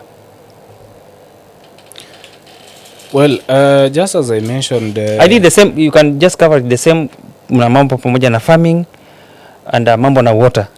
So far, I have mentioned all that you need to hear, and maybe all that the audience need to understand. And all this is on record. We have the government blueprint, the CIDP. You can look at it. That is what guides the vision to the implementation of all these programs. So it's good at times we get to interact with these documents so that we're able to understand the efforts that the government is putting in place. Now, and I said the government is so deliberate in supporting sectors based on the ability of our people. Along the shores of the lake, people are being supported along that line because these are fisher folk communities. So all the services and provisions they are getting basically is to build their capacity in the fishing sector. Yeah. You understand? Yeah. So much as we understand there are also other malnutrition programs that owing to the fact that even as these people practice fishing for livelihoods, there are also other underlying social issues that happen in these places, and so there are also other programs that target to build their resilience in the same, like in the programs to support nutritional activities, building in along that community. Yeah. And if you look at the support that the government is giving our farmers, do you know we were able to produce 105,504 bags of maize locally? You Yes. can repeat that? You got me right. 105,000. Andika hiyo chini. 105,000. I get it. 105,504 bags of maize. I'm a sharp student, I get it. Yes, we were able to produce that. So that is an output already. Yeah. Based on what. Yeah, that is now. Yeah, now exactly. That's what I wanted. That's what I wanted. Yes. Because now, when we say now we've pumped enough money into mambo na farming, we have given farmers mambo na farming inputs. We have given them the knowledge on how to do it. And then what do we expect? It's just like what you've said. Now the 105 bags of maize is now the output of. Yes. Yeah. So I think when the government does that, and you can be able to have a tangible kind of an output, then you can be able to say kwamba the county government has done something because you can see it. And one problem with our people is that they want to see something happen na macho yao. Otherwise, when you say this director Kiongo ofisi yake imepatiwa how much, kitu kama 2 million ya kufanyia nini nyingine. I will also account to what we are doing under the sector of climate change. Yes, I will account to that. Now and I mentioned, I told you, wale ambao wana practice mambo ya ambao ni wafugaji, we are supporting them in pasture reseeding along that line. The government has also, has deliberate plans to support our farmers wetu ambao ni wafugaji in making sure that there are nutritional feeds in the name of Junkao grass. So this is a new technology. There is a grass called Junkao from China that the government is now embracing to make sure that in every world there is a production of Junkao grass to support our farmers ambao ni wafugaji. Now another question people are asking. There was also an issue to do with the anger in Turkana. Not actually in Turkana, but northern part of Kenya, and part of Turkana pia, which was revealed by NDMA. How is the government trying to make sure kwamba they are able to mitigate such a kind of thing, the problem that eco? Okay, the first is it, do we have the problem with anger in Turkana? Yes. Let me start with that. Do we have the problem of anger in Turkana? And then what is the government doing to make sure kwamba they're able to mitigate it? So far, as I mentioned, yes, we have the problem. And matters climate change ni kitu ambayo kwanza watu wetu wanafaa kuelewa. Yeah. Kwamba kuna shida, tutazidi kupitia hizi shida iwapo hatutakuwa deliberate on the efforts and strategies ambazo tunaweka in place. Okay, does the county government have a long-term plan to be able to solve this problem? I understand your question. The question on sustainability, I'm coming to that. You see, kitu kama drought, in a climate language, tunasema it's a slow onset event. You understand? It's not spontaneous. Drought si kama flood, enye ina then they may flood. Drought, it's a slow onset event. Ni pole inajimanifest pole. Nyasi inapotea, miti inapotea, maji inapotea pole mpaka inafika mahali ambapo inafanya nini? Inakuwa emergency sasa. You understand? And Turkana County faces the brunt ya mambo ya climate change. It's a crisis to us. That is no secret. Everyone knows. We've lost farms, traditional farms that we used to farm. Zimekuwa colonized by Prosopis juliflora, which is mathenke, called etrai. It's an invasive species. It has already colonized our farms. It has colonized traditional grazing fields. It has even gone ahead to colonize all the mountains ambazo mbuzi zilikuwa na ng'ombe zilikuwa zinapanda kutafuta nyasi hapo kitambo. So problems zinazidi kuongezeka, zinazidi kuwa mingi, and this is kitu, ndo sababu unasikia emergency program because watu wanazidi kupoteza wanyama, wanazidi kupoteza mifugo, wakulima wanazidi kugive up because mashamba sasa hazifanyi, maji imepotea, zile irrigation, maji ambayo ilikuwa ina support irrigation imeacha kuflow, so there is no more irrigation, food production yield iko chini. So all these problems ndo inatuongoza kwa hizo emergency. You understand? Yeah. And the government has always had set a budget as part of the anticipatory actions. Kwamba, looking at how things are going, we may have an emergency this year. Kunaweza kuwa na shida kwa sababu ya drought. So kumekuanga na hiyo budget. Na hiyo budget, this is in the emergency kit. It's just to support. It's not a long-term program. It's a short-term program meant to cushion farmers from the shocks. That is what I wanted to ask. Like yes, the short term kidogo kwanza, what people are going through something. So hiyo ndio tunawapatianga enye unasikia MRG, MID, it's ni short term. Yeah. You understand? Yeah. Ni ya kuwa cushion from the situation at that time. Ni kama zile programs ambazo national government pia inakuwa nayo. Unasikianga ofisi ya DC iko na mahindi? Yeah? About that. MID. Lakini MRG kwa ofisi ya DC. So unaona hii yote so unaona hii yote ni ya kusupport community yetu from the shocks just to pick climate change, drought. You understand? Yenye imekosiwa na climate change. So kuna hiyo pesa na pia mikakati, what I've spoken about, climate smart agriculture practices that the government is introducing. Easy in sustainability measures. Government has ambitions to increase acreage of farmlands. Government has ambitions to increase production. If our people are able to produce 105 bags and 105,504 bags of maize, if we continue building their capacity and increase acreage ambayo inafanyiwa farming, we will produce more food, and at long run tuta reduce hiyo mambo emergency. It will ita end, lakini tutafanya nini? Tuta reduce. You understand? Yeah, of because there is a problem, bro. You need water to do irrigation. You need water to support all this. Unaelewa? So kama saizi maji, if maybe activities upstream of River Takwel zina overwhelm the stream na, so it will affect the downstream people who are doing irrigation at the downstream will be affected, meaning there will be low yield production. Crops ambazo zitaproduciwa huko chini zitakuwa low. You understand? Will you fault the county at county ndo imesimamisha maji ya River Takwel ndo affect our farmers wa huko chini? You cannot. So some things are happening na ni kwa sababu ya mambo ya climate change ambayo hatuwezi tukabadilisha. Some of the mitigation strategies ambazo tuko nazo ni hiyo. Saizi umesikia governor akisema we are making deliberate efforts to increase our tree cover and the forest cover. I think we are being deliberate on that to increase the forest cover and the tree cover. Can you play that clip again? There's a second clip video ya mambo ya tree cover thing, so that we can just be able to combine them together, as we only have few minutes to go.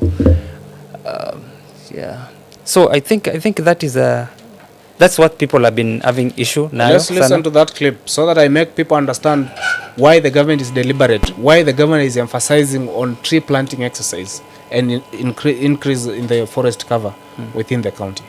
It's very important and it's good. Ni vizuri tuweze kuelewa. Sisi tukielewa ndo community pia itaelewa. We'll get to understand. Because don't just look at trees in terms of the number of neem trees that we have. Don't look at forest cover. That we don't. Yeah, you can play the clip. I can still play it, yeah. Or can I play it? Has it worked? Okay.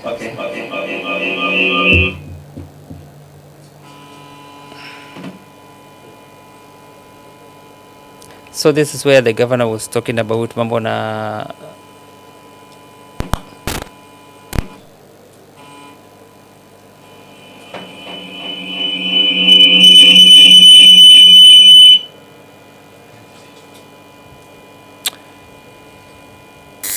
valued at, we also distributed 8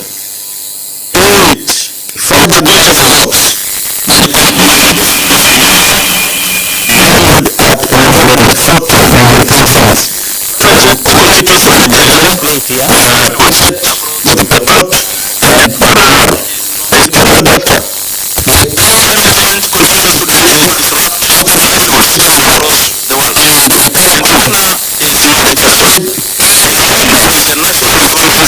agenda, which seeks to plant 15 billion trees by 2032.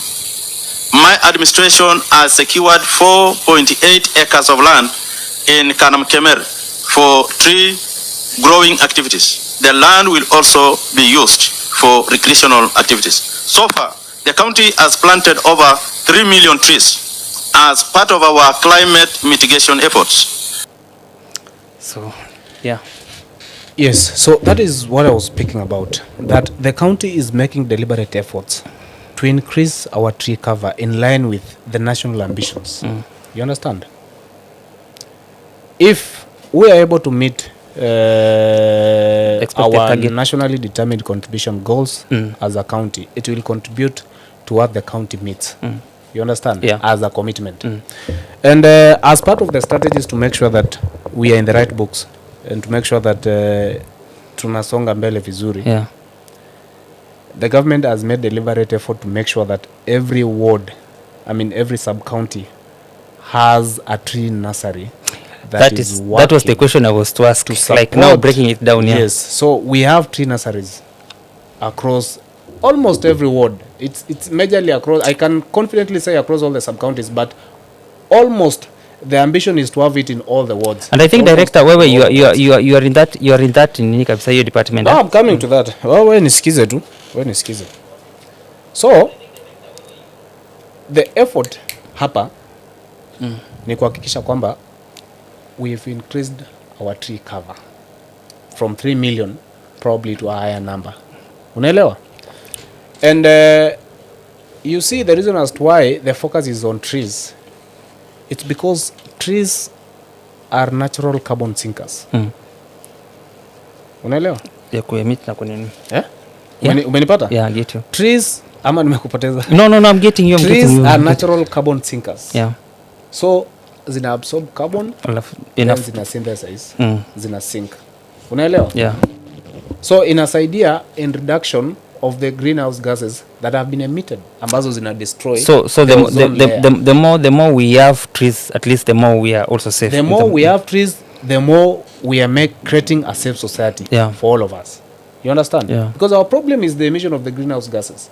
The greenhouse gases zina destroy the ozone layer. Now, according to how you understand, na vile wewe mwenyewe uko in that position, what do you think has to be put, ni effort gani, to what level of effort will people have to put so that we can just be able to change Turkana? Because we always have this mind of like we cannot be able to. Initially we say kwamba tutakuwa na lami Turkana. I think you understand, we used to travel for I don't know 3 days or something, yeah. But then all of a sudden it just happened. It can happen. So something that we thought was so difficult, it can happen. But I also think the same can happen in Turkana, especially with the trees planting and all that. Are there some of the ways you think, kwa sababu kwa hiyo ofisi, you think ya kwamba if we can be able to do a specific kind of a way, tutakuwa tumeachieve like changing Turkana into something, So far, into a good place? you know, the first thing ni kuelewesha watu wetu kwanza umuhimu wa miti. Why are these trees important? Huh? Why do we encourage them not to cut down indigenous trees? Why is our focus on, if they have to desperately adapt to the changing weather patterns and the climatic situation, why are we encouraging them to maybe, if they have to cut down trees, wakate prosopis ambayo ni invasive species? Unaelewa? As a sustainable way of managing. Bibu summarize. Na niko na question moja before ni. Wewe ngoja sije kujibu hata hii. Time imeisha. The time is already off, but I'll be giving him few more minutes. So I'm telling you, our people, ile kitu Because tunawaambia, there's still one question ya tutakuja. Governor UDA or ODM. Tutakuja. So ile kitu tunasema ni muhimu kwanza ni climate education. This is what I want our people to understand, because this is where we get it wrong. Hapa watu wetu wakielewa, we will be very safe. Unaelewa? Yeah. So sisi, the reason it has to be a personal responsibility ya sisi wote. You've heard the efforts that the government is making. Umesikia? You know hapa, unajua hapa na Tapar. Kana Mkemere hapa na Tapari past Publican mafuta ya Publican the uwanja mahali maji imekuwa ikisimamanga all along. Unajua hiyo uwanja? I know that place So now what we are doing, we want to reclaim that land. Unaelewa? We want to reclaim that land. Instead of that land kukua wastage hapo kukua mahali maji inasimama, we want to make sure that that land is green and there is a recreational facility. Trees zimewekwa pale, there are recreational facilities. People can go and rest during the day. You understand? Just like other cities are designing ways to have recreational parks. So that is the ideal place that we've identified. Instead of wasting that land, we want to reclaim that land, rehabilitate it, and make sure that it serves the purpose. Unaelewa? Then number 2, we have a model farm that we are putting up here in Takwel Ward. The government is putting a model farm in Takwel Ward, a model tree nursery that will support in production not Kanamkemer, Takwel Ward. So that will support in production of tree seedlings, food tree seedlings and other indigenous species ambazo zinafanya vizuri in our environment. So that we can have even a different one. So that we can have our farmers along River Takwel planting food trees in their farms along the river and all that to support in diversification of livelihoods and all that. So all these efforts the government is putting in place, 1, to cushion our people, 2, to build their resilience, 3, is supporting the mitigation efforts. So what is the government that is what the government is doing. So it is upon us as a people now to look into this problem as a problem that requires a collective approach.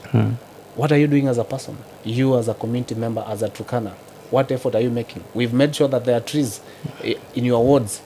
There are tree nurseries that are working. People have been employed. Young people are working at nature-based solutions supporting the production of these tree seedlings. Our women have been employed in supporting the production of the seedlings. Seedlings are there. What are we doing? Why are you not making any effort of making sure that you're picking these trees from the from the tree nurseries and plant them? Because they are offered for free. No one is charging you even a dime. So just go pick the trees, plant. It begins from that change of behavior. Our people need to change behavior and embrace this as a strategy to save our future and to save our land. You get? So that is what we are doing as a county. Now, so na wewe ukitoka hapa enda panda miti. No, iko. In fact, si ulikuwa umesema kijana mtanashati, si hiyo nyingine tutaangalia labda. Kama ni miti gani unataka? Wewe panda miti bwana.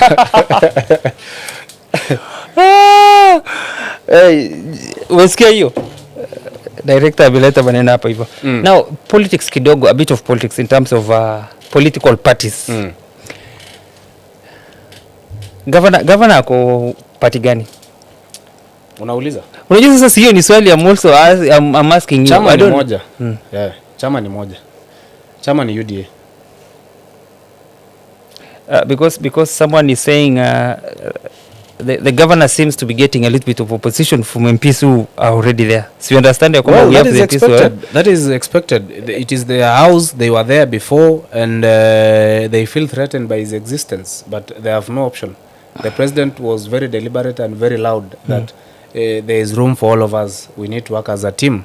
You don't have necessarily to push someone out for you to come in. So even the MPs should relax and accept that this man has joined the government, is in UDA, is the patron, is the senior most politician in Turkana currently, and so is the spokesperson of the community, is the entry channel of the president to the community. These are the things that these politicians are getting hard kukubaliana nayo. But the earlier utakubaliana nayo, the better. Now, when we talk about the election, a little bit kidogo ile election, the by-election that happened. Let me just mention that as the last part. There are people wanasema kwamba governor alimwaga pesa huko more than wale wengine. Was it something that happened? You know, rumors, siasa iko na rumors mingi. People will say a lot of things and they will always want to justify why they lost. Unaelewa? People will try to hata watakuekelea hata wewe mwenye huko assuming that Safari alikuwa ameenda America, watasema Safari ndio alifanya akafanya just because their point of interest is Safari and the only way they can bring Safari down is to mudslinging him. You understand? So well, I know everybody played a role. Si hata wao walikuwa na pesa. Si political parties have money to support candidates and people also make generous contributions to support candidature candidates, the people they are attached to. So if the governor made efforts to generously support as a friend, as a patron, as a leader, the people he wanted to work with in the UDA, then that was his personal effort. He did it as a leader, as a friend, and as a patron of that party in the county. So walifanya, hata wale wa ODM walifanya, pengine tu kidogo, maybe robo, najua huyu anaitwa Napotikan, maybe mkono ilikuwa mzito. What is the opposite of Napotikan? Tuseme aje wewe? No, because you want me to say that word. Si rayo pe Napotikan. What is the opposite of Napotikan? Ebenakana. Nakodokan. Sasa tuseme nakodokan. So these are the guys koditonga kan, unaelewa? Koditonga kan alafu taptonga tai. So that is the difference. You know, things cannot work. Are you planning to join politics in future? Me, no, I think I'm a technocrat. I'm in the technical field. I'm in the technical space currently, serving. No, I'm asking, are you the governor to deliver his 9-point agenda? I'm asking a question. So that is what I'm doing. I'm asking a question. No, you're trying to run away from the question. Are you interested? No. Are you seeing yourself in a possibility of joining politics? I cannot tell what will happen tomorrow. I'm not in a position to tell that. What if you are? Maybe I'll wake up tomorrow as a pastor.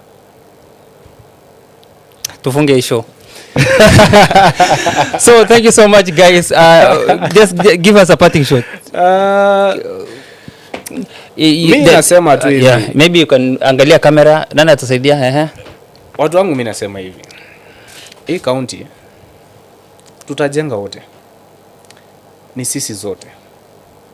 Sio na Potkan, sio executive, sio assembly. Ni sisi wote tutajenga hii county. And the only way tutajenga hii county ni kushikana mikono na kukubali kwamba kuna uongozi na kuna muongozo na tufuate ile ruwaza ambayo huyo kiongozi ako nayo kuhusu sisi kama jamii. Kila jamii iko na mfalme mmoja. Kila jamii iko na kiongozi mmoja. Viongozi wanaweza kuwa wengi lakini kuna zaidi ya hawa.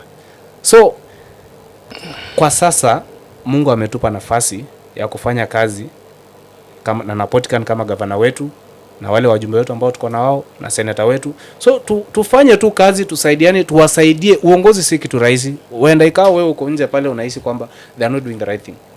But support them to do the right thing. Bring in your ideas. Criticism, constant criticism haiwezi kasaidia. Zile criticism ambazo ziko based on interest, ati kwa sababu hujapatiwa hii unaanza vita, hujafanywa hii ni vita kila saa, haitatusaidia kama jamii. If you mean well for the Turkana community, tushikane mikono, tusongeshe hii county mbele. That is my rallying call. Thank you so much, guys. I really appreciate for your nini. Leo tumeongea one of the most I think I've been a good listener today, more than the other shows I was nini. And Asha, you are the one who said I should not be. And thank you, Asha, for reminding Safari that. That was nice. And I like Asha because she points out issues as they are. Thank you, Asha. So thank you. Thank you, guys. Nashukuru sana. Thank you so much for being part of this beautiful conversation. Remember that this might be our last show, but I don't know. Wakubwa wanasema ama team wanasema kwamba we still have one more show maybe nini before we end up for Christmas, but all the same I want to appreciate you so much for being part of us. It's been wonderful and it's been nice. Share the live to other people and let's get to here. If you want to have a conversation with us, you can still just inbox us on Turkana County News Online, and then from hapo utaangalia kwamba what do you want to, unataka tulete nani hapa hivi. And Kionga, just one last nini. So tulete governor mmoja tupige next story hapa. Governor Ako is very accessible and very available. Nikifanya show na governor, I'm done. I drop it. I will not do the show again. He is very accessible and thank you so much. So we don't want you to drop the show. Hatutaki uachane na kutupatia news. Wewe endelea. So he'll come. At that time when you'll want him to come and address these issues, he will come. He's in a position. Sawa. Thank you so much. I will. Thank you. Thank you so much, guys. Thank you so much for joining us. It's been a wonderful. My name is Prince Safari. Do have a